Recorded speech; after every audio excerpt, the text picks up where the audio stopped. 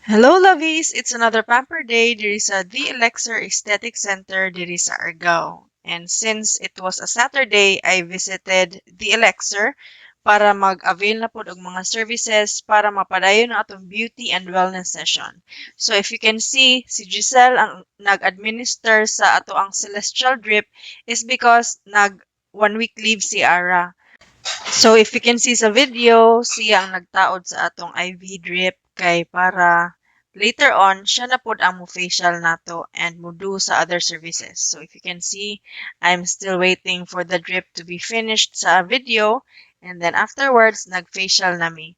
So Giselle is wiping the dirt from my face kay nag-travel ko of course from home to the aesthetic center and then nag-apply na yun siya og facial cleanser para ma-cleanse ang atong face and lathering it and massaging it to the face as well. After the facial cleanser, mo proceed yun ta sa steam and facial scrub which you can see in the video. Daghan kayog steps ang Korean glass skin facial treatment, guys. Dili gyud mo malugi sa inyong bayad. So after sa facial scrub to remove the dirt, we then proceed to pricking sa nose and other facial areas to remove stubborn blackheads and whiteheads. And then after pricking is the suction machine to remove stubborn dirt as well and blemishes on the face. And then after sa suction, mo proceed yung ta sa serum na ibutang sa face and i-massage and i-lather so that the machine that will be used later on will just glide through para easy lang ang mga procedures. And then after that is the galvanic machine that is used to flatten the pores and tone the face. Mao na siya ang galvanic machine, guys. So if you can see, paspas kayo ang video, it's because ako siyang gi-fast forward.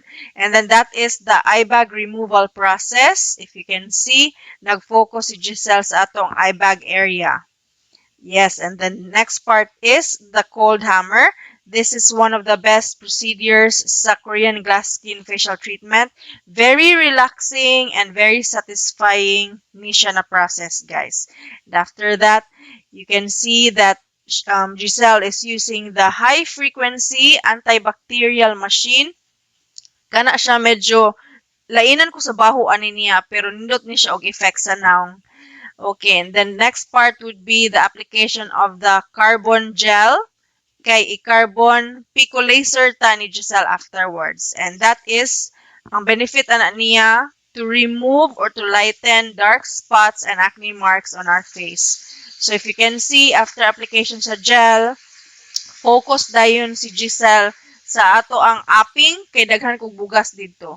And then afterwards is the mesolipolysis, which is the injection of fat-burning medicine diha sa ato ang chin area, atong double chin. And the next part is both arms, of course.